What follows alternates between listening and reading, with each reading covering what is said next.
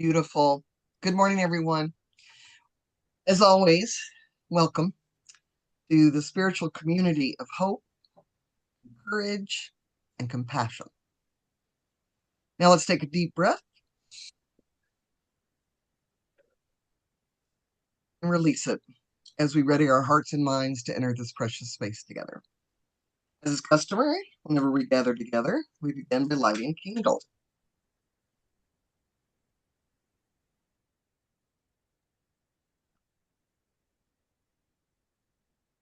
This symbol represents the flaming chalice that is a symbol of living tradition of faith. We invite you to ponder your thoughts and feelings about patriotism. Rebecca, who's our guest speaker today, that patriotism is an intense word. It can evoke love and fellowship feeling, chauvinism, belligerence, loyalty, and service, even though those don't necessarily align in other places. However, it's defined, most Americans consider themselves patriots, though plenty do not. For the 250th birthday of the United States, Rebecca is going to ponder with us, how do our thoughts and feelings about our own nation fit into our spiritual and our emotional lives? What would we like to celebrate? Good morning. Good morning. Patriotism is the steadfast love that roots us in our homeland. It's a bond that transcends fleeting moments, weaving together the past, present, and future in a shared story. This love does not demand perfection, but embraces the complexity of our nation, the triumphs and the struggles, the light and the shadow. It stirs in the heart a sense of belonging, pride, and responsibility, urging us to honor the sacrifices made by those before us while striving to build a better world for those who come after. True patriotism is neither blind allegiance nor hollow pride. It's a thoughtful devotion, a commitment to uphold the values of justice, freedom, and unity. It calls us to listen with open minds, to speak with courage, and to act with compassion. It inspires us to see beyond differences, recognizing the shared humanity that binds us all. Patriotism incites each of us to participate actively in the ongoing story of our nation. It's a call to serve and to nurture the ideals that define us, with a heart generous enough to welcome growth, healing, and hope. And now I'd like to present our speaker, Rebecca Mattis. Rebecca lives in Rutland, Vermont with her husband. She spends much of her time teaching English to adult students of all ages from all over the world. She enjoys working in the garden, learning Spanish, hiking, and writing sermons. Today, Rebecca tackles patriotism in times of ambivalence. I give you Rebecca Mattis. Thank you, David. A Jewish boy was born in Russia in 1888 and emigrated to the United States with his family when he was 5 years old. His only memory of Russia was lying on the ground one night, watching his house burn down during a pogrom. In the US, the family lived in poverty, safety, and peace. He recalled as an adult that his mother would always say, "God bless America," with something like rapture. And in 1938, this grown-up immigrant boy, Irving Berlin, released the song, "God Bless America." Sung by Kate Smith, it swept the nation. There is no such thing as a work of art that is universally loved, and so naturally, there were those who didn't like the song. Supposedly, some objected to the fact that it was written by an immigrant and a Jew.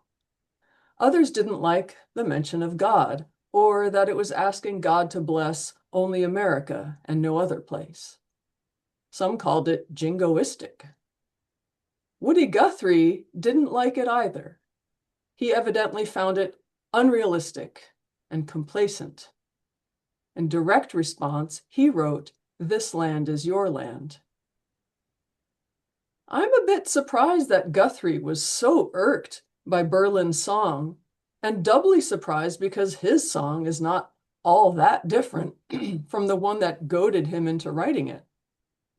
Here's God Bless America.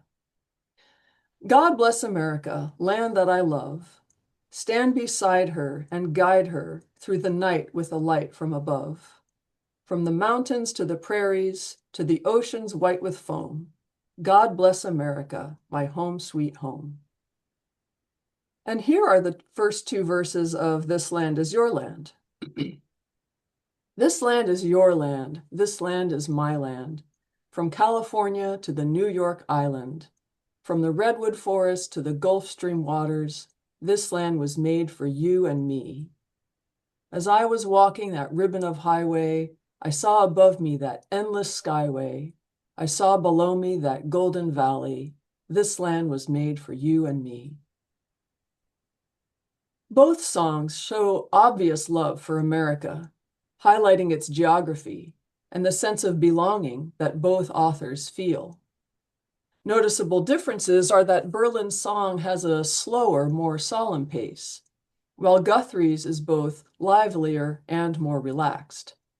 Perhaps God Bless America suggests that the nation belongs to God, while This Land is Your Land places the nation squarely in the hands of its residents, especially with its fourth verse, which pokes at the idea of private property. Berlin's is simpler and more fervent. Guthrie's is more restless and sometimes challenging. But to my ear, they are far more alike than different.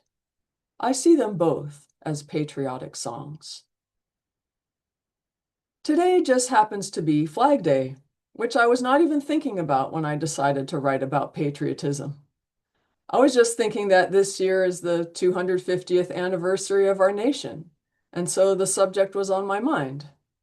I do have my flag though, and I'm going to put it out on the mailbox post for the day today. In my attitude toward the American flag, I'm different from many people I know. My friends haven't tended to like the flag very much. Symbols are tricky that way. They can pack a powerful punch, but where and how they hit you depends on what you yourself understand the symbol to represent. No one can decide what the symbol should mean for you, and maybe even you can't decide what the symbol means for you. The same is true of words. In my research for this sermon, I spent a lot of time trying to understand what patriotism means to people. I discovered that there is little agreement about the definition of patriotism, its value, or its virtue. The dictionary says that the word patriot comes from the ancient Greek patriotes, which simply meant countryman, someone who lives in the same country as you. This word came from patris, meaning one's country, which in turn came from the word pater, meaning father. This root word has a dual role that can either be confusing or interesting. On the one hand, patriotism simply refers to affection for or pride in the land of one's forefathers. On the other hand, the word might suggest that we look upon the country itself as a parent. This analogy, state is to citizen as parent is to child, is thousands of years old. Socrates talks about it in the works of Plato. So let's consider this. In what ways is our country our parent? Well, metaphorically speaking, I would argue that our country gave birth to us. As our own parents did, our nation had a life before we even existed. That life produced the conditions under which we could be born and be nurtured. Almost all that I have, almost all that I am, was provided to me by my forebears, both my genetic ancestors and all Americans who built this country before I arrived here. And in the same way that a young child kind of worships her parents, I would also argue that being kind of amazed by the founding fathers of the United States of America is also appropriate. They did, in fact, do something extraordinary. They created a nation during a period when representative democracy was very rare. They used their considerable intelligence and knowledge to establish institutions that have endured for 2.5 centuries. The United States Constitution has been one of the most influential constitutional documents in modern history and has served as a model for many new democratic nations. I believe all this and more should be celebrated and appreciated. There comes a time, though, when you realize that your parents are human and faulty, that they perhaps have behaved shamefully. We all know that the founders of our country were far from perfect. We may blush to consider certain flaws in the conduct of our own parents and that of great Americans throughout history. For example, the choice of Thomas Jefferson to own slaves, even though he himself knew perfectly well that it was wrong. Learning about the flaws of our forebears can be very painful, whether we are the ones directly hurt by the flaws or not. I imagine that people all over the world know what it is like to feel indignation over the past or present wrongs of their country. Now, in my metaphor comparing a nation to a parent, I of course do not think that the nation is really like a human being. It has no brain, no heart, and no real capacity for moral reasoning. My purpose with this metaphor is to shine a light on the relationship that we humans feel with this very abstract thing, and also very real thing, which is our nation. I want to talk about our brains, our hearts, our morale. In a 2004 article called "Why I Am Not a Patriot," philosopher Carol Nicholson explained how she lost her love for the United States. At the time of the article, she was deeply upset by the war in Iraq.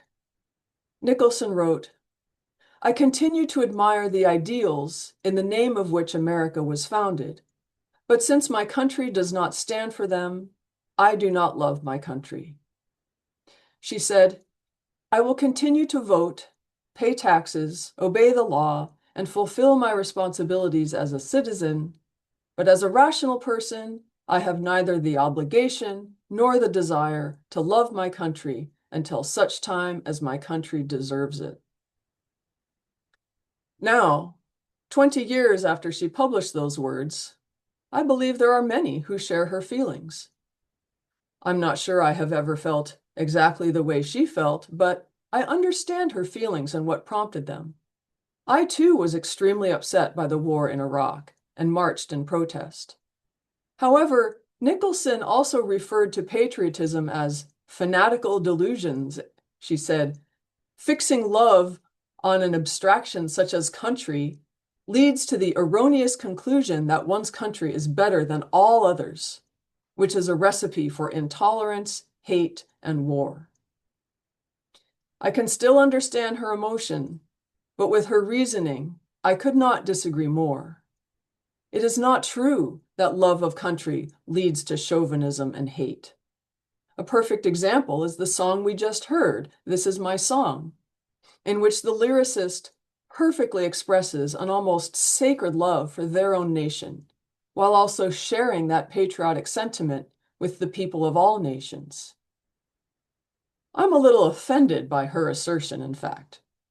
My love of this nation, my appreciation of its founders, and my affection for its flag are not fanatical delusions, and they don't make me hateful.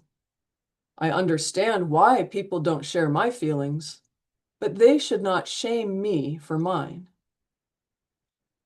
I don't know to what extent any of you may consider yourself patriots or feel something like love for this country.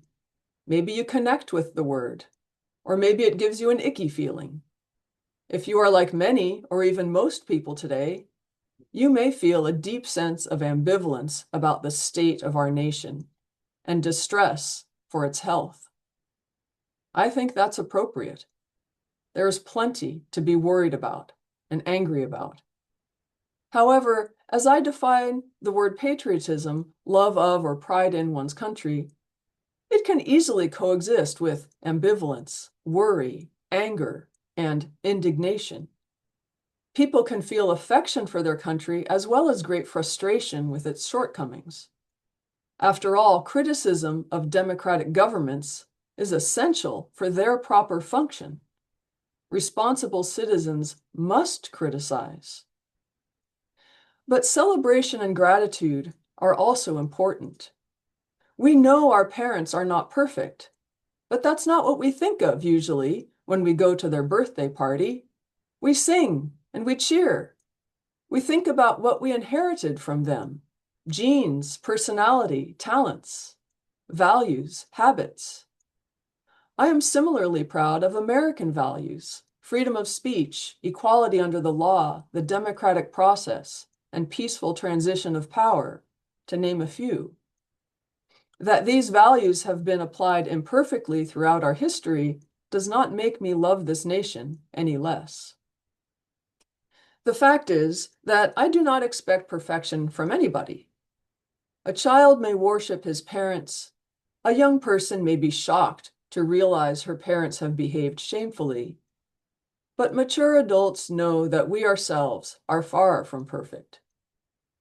Good citizens scrutinize their nation's history, but I believe it's a mistake to withhold appreciation because of the gap between ideal and reality. The founders did more than create a nation based on freedom, equality, and the inherent worth of every person. American ideals are great, but they could never have seen the light of day without our institutions. These were designed not around the assumption that leaders or voters will always be virtuous, but around the knowledge that human beings are flawed and always will be.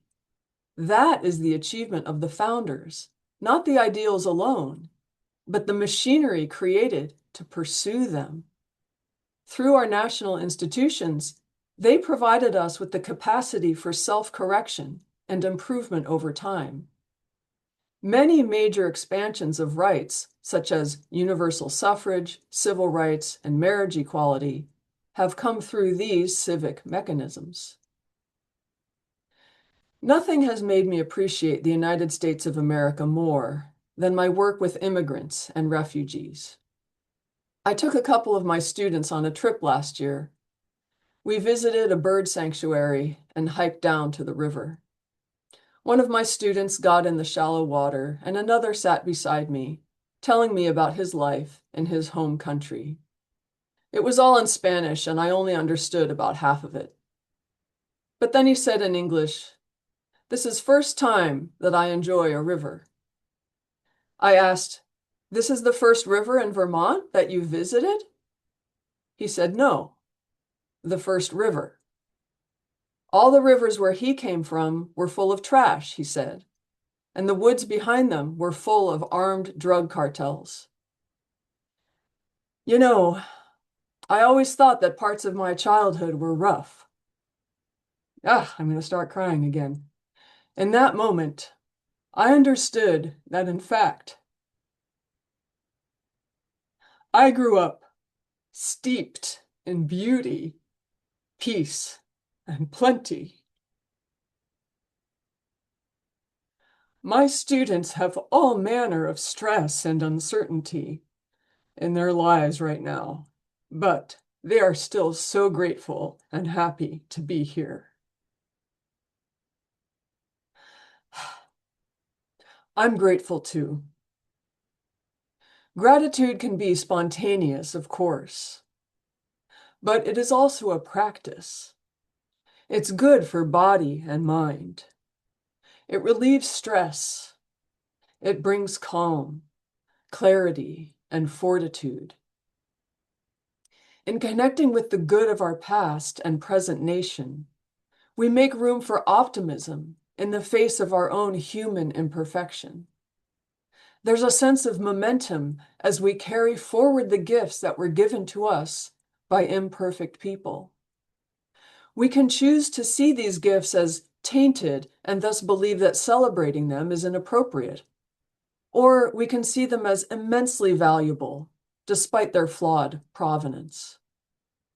It may sound like I'm trying to defend Thomas Jefferson or the other founders, but they aren't the ones I care about. It's the state of the American spirit that concerns me. Dissent is essential to democracy, but gratitude and celebration are essential to the human spirit, individually and collectively. To slightly alter a quote, connection to the past is not the worship of ashes, it's the preservation of fire. America is not done. Our nation was created, and we are still creating it.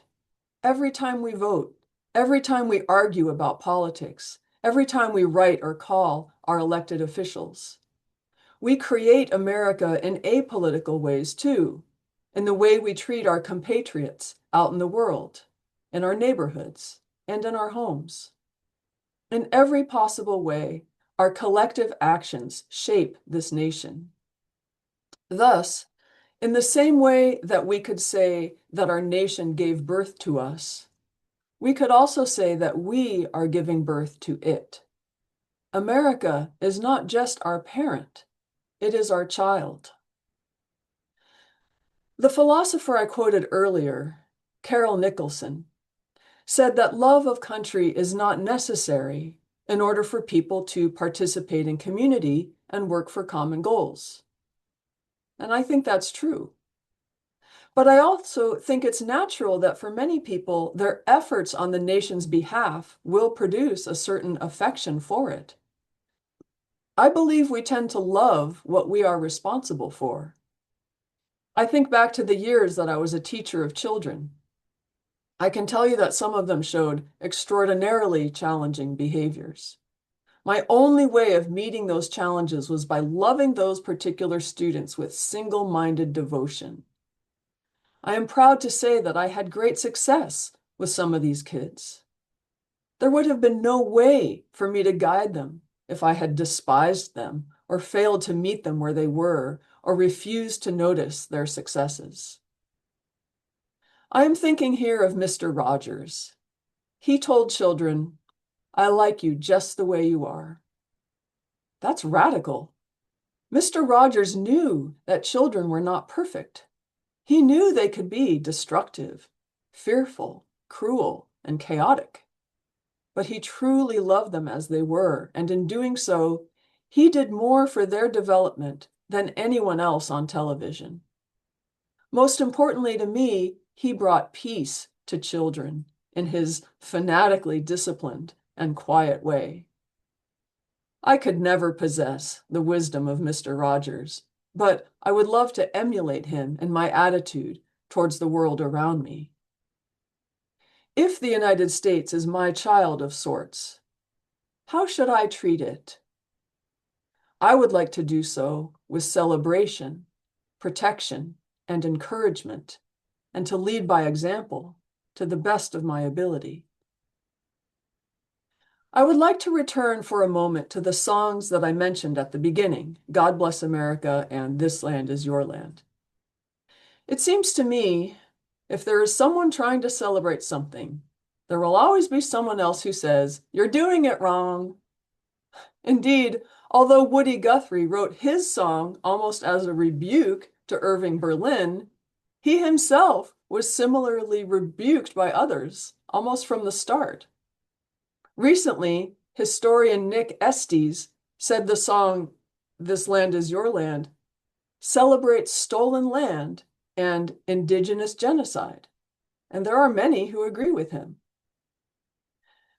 And so finally, after comparing my nation to a parent and to a child, the metaphor that holds most value for me is nation as sibling, or rather, it's over 300 million citizens as my brothers and sisters, with all the bickering that entails. A quick story. 10 years ago, there was a major rift in my city between those that wanted to welcome Syrian refugees and those that didn't. It occupied the minds of just about everyone in town for a year at least.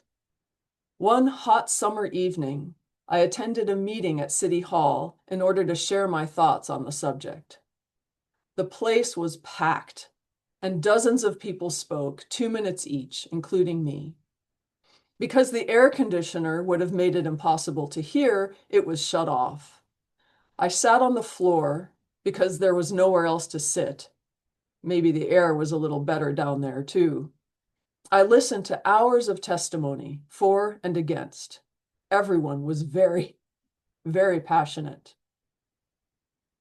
I will never forget that day. The sweltering room had scores of upset people, all squashed together. But I was filled with a deep contentment and pride. I had such appreciation for the democratic process and for the opportunity to hear and be heard. I felt love for everyone there, friends and opponents alike. We were embodying peace, wrangling hot conflict verbally in a place of remarkable physical calm, trying to convince the city council to do whatever it was each of us wanted them to do. That's what America means to me, more than its history, more than its geography, and even more than its political process. It means the people, our sisters and brothers and cousins, in all their great, maddening, glorious, messy variety.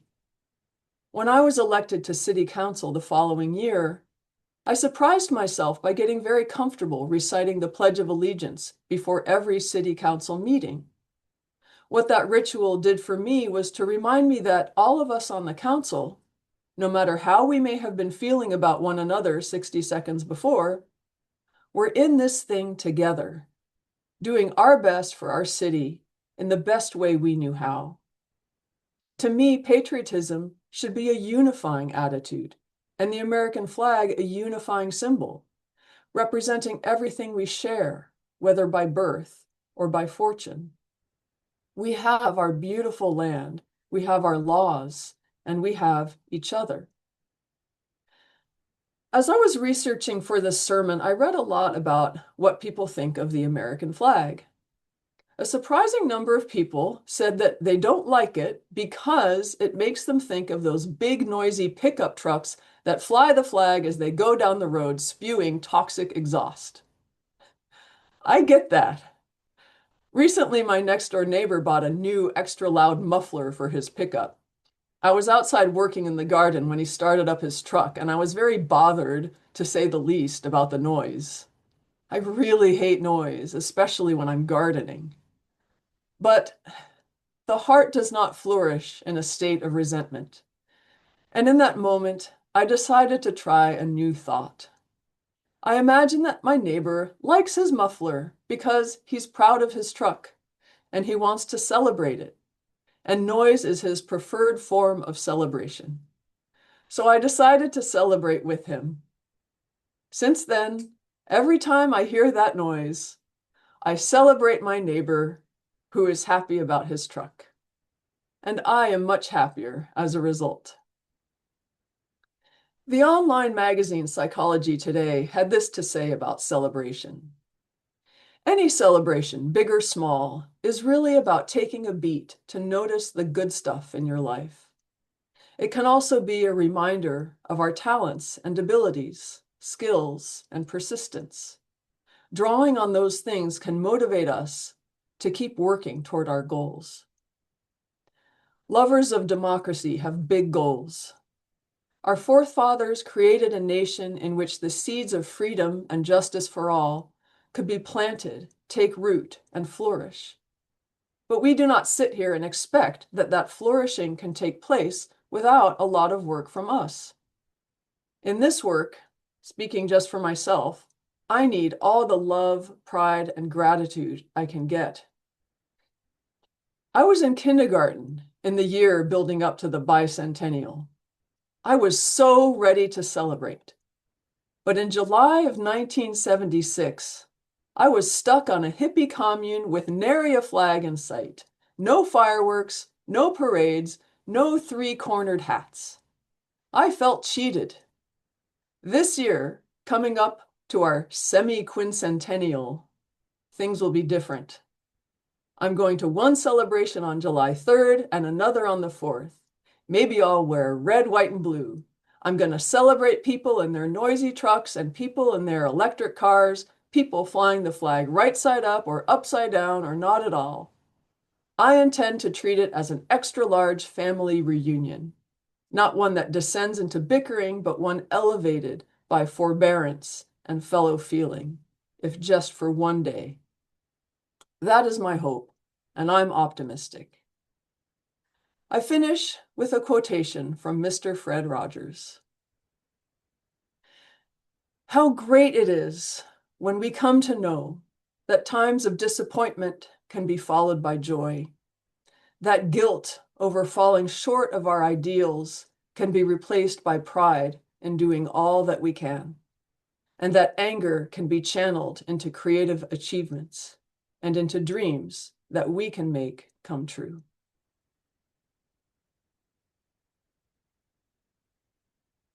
Oh my goodness. As always, Rebecca, I think I take more notes during your sermon than I ever took in college. Really, really, really well done. I don't think I could remember one Flag Day before today. But this you've really given us a lot to think about and spur it on. And I'd like to take this time to invite people to raise your hand electronically or physically and unmute. And let's continue this discussion with very, very insightful Rebecca. So if I don't see somebody, I'm just going to ask Mary or I'll just ask Mary. Please let me know and we'll call on them. My screen's not quite as big, but I'd sure love to hear your thoughts, and I'm sure Rebecca would as well. Richard's got his hand up. All right, let's go, Richard. Rebecca, that was just terrific. Oh, you should make we got this on YouTube. You should really distribute this. That Yep. was terrific. Thank you. One of the comments I had, I wanted to pass on to the group. I'm an optimist, and I believe the United States has almost a unique ability to self-correct. And I was reminded of that this morning when I was watching Meet the Press, or I call it Meet the Depressed. A pollster came up and talked about the polls of how people view different institutions. And as you would know, you would expect, like Congress was way down in the 20s, the administration in the 30s or wherever. Universities were low. Military, the poll was very high in the 60s, or I can't remember what, it was over 50%, viewed the military favorably. Now, what I reflected on, I'm of the age where the 60s and the 70s were important for me.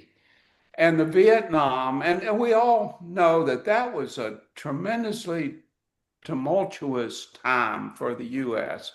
We had Kennedy assassinated, Martin Luther King assassinated, Robert Kennedy assassinated. I mean, think about it, how tumultuous that was. And the Vietnam War. And once it was ended, the soldiers who came back were held in total disdain.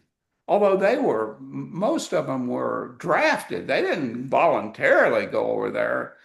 But the military was at an absolutely low ebb. I mean, if they'd taken that poll that I saw this morning, I bet it wouldn't have registered over 15% of favorability toward the military. Now it's the highest institution.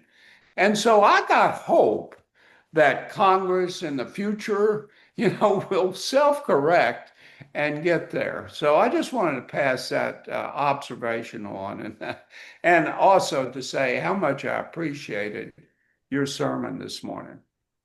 It was wonderful. Thank you, Richard. I second everything you said. It was extraordinary.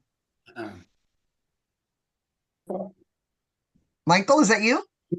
Yeah, can you hear? Yeah.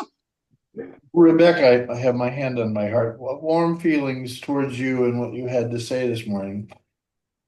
Every Saturday morning that I can, I and 10 or 20 other old people go stand on the corner in my hometown with signs that say one way or another that we object to what's going on in this country, right? And I've taken to keeping a pocket full of pocket constitutions with me. And if I can make contact with somebody who stopped at the light, I go over and I hand them a constitution and I say, I'd like to give you a copy of the Constitution of the United States. And my eyes always brim with tears every time, months now. And listening to you and thinking about that, I thought there's a way in which I am a broken-hearted patriot. I was a patriotic kid. But when it became clear to me how deranged this country can be at various times and how poorly we live up to those ideals that Jefferson enunciated so beautifully in the Declaration. It just breaks my heart, and I fight it. Not the broken heart. I fight the disease in this country. So, and you did convince me to celebrate on the 4th. Party, everybody. Thank you. Very good. Thank you, Michael. Thank you. Anybody else want to share or have a question? There's Carol Knight. Hi. First of all, Rebecca, thank you again for just your talks, your sermons, whatever we call them, always make me think new ways. And so I appreciate that so much. I got a question for you. As a fellow former communite, sometimes I wonder if that whole thing that happened with the communal explosion, if that wasn't partly a grief reaction based on the assassinations of the 3 people, seeing Vietnam fought in our living rooms, and then the Pentagon Papers bringing to our, well, horrible awareness that our country lies to us like crazy. What do you have any thoughts about that? Well, that's interesting. I never thought of it that way. But and there's so much to think about it, but I do know that people have been trying idealistic communal Mhm. experiments forever, and they continue to do so. And it never seems to work out the way they hope. Mm-mm.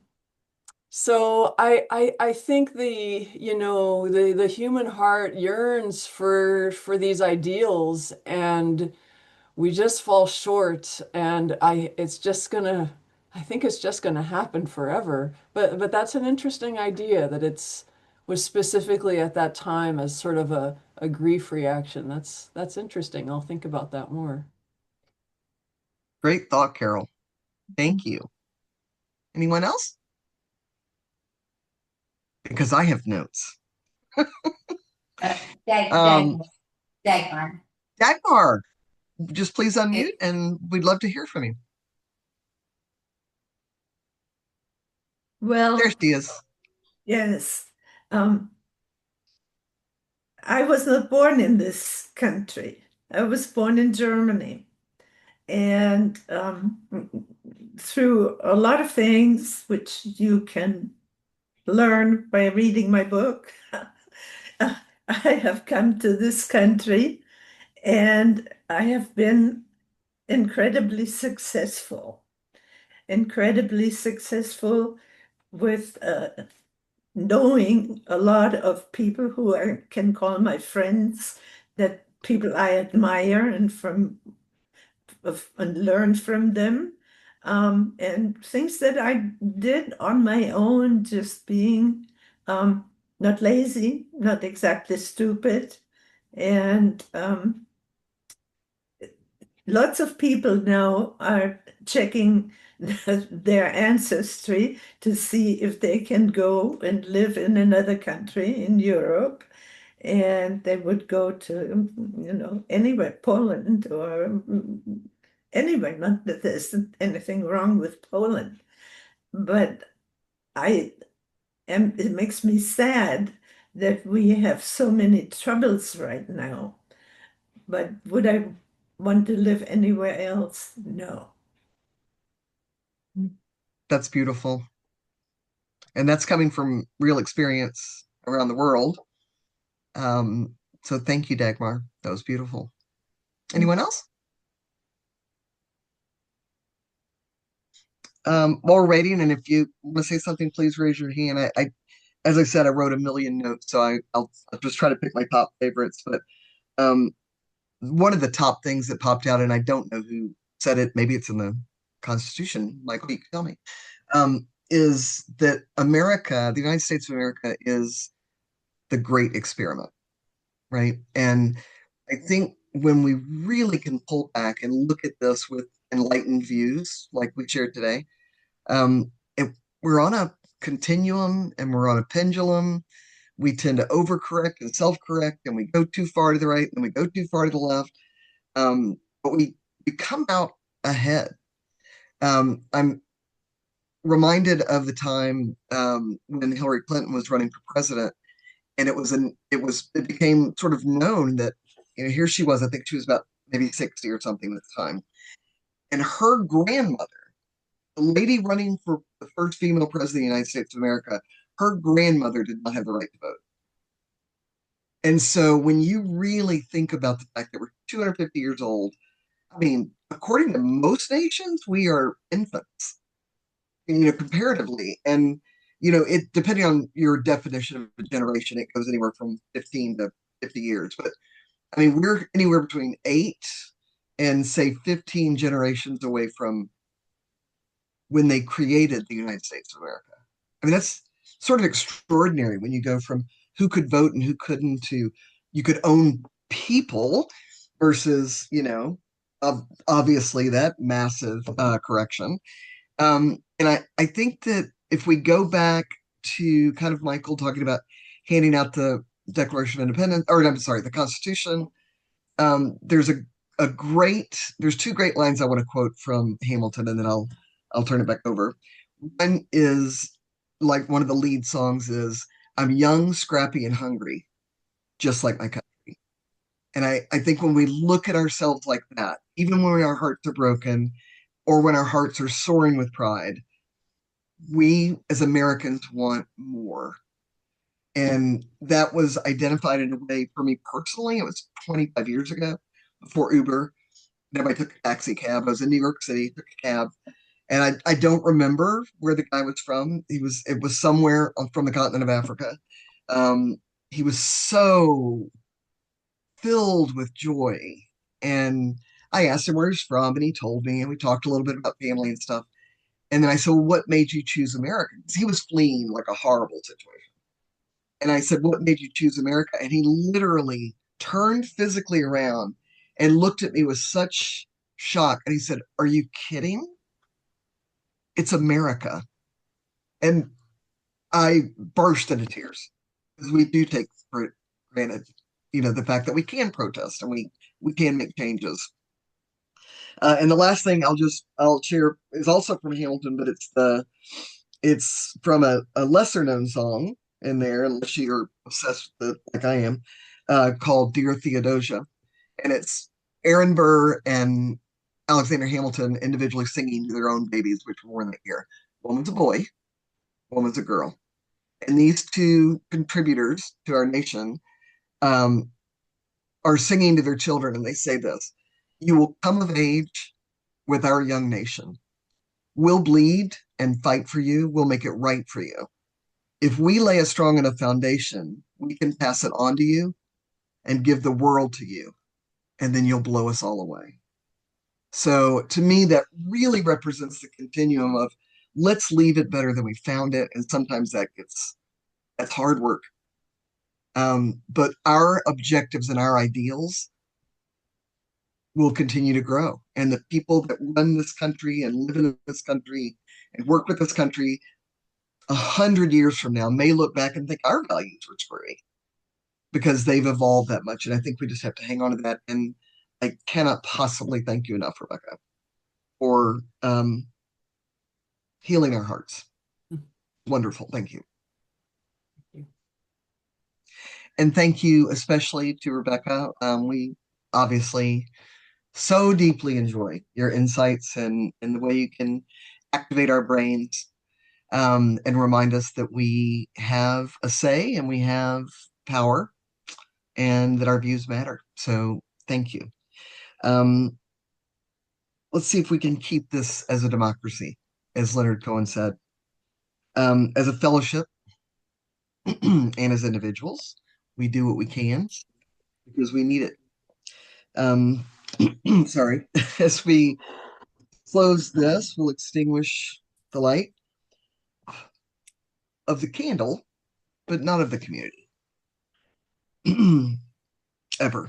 We ask that you go in peace, that you go in kindness, and that you go in love. We will have joys and concerns. And if you can hang around for that, that's awesome. If not, we wish you great peace and joy as you step back into the world. Everyone, and I'll hand this over to Joan.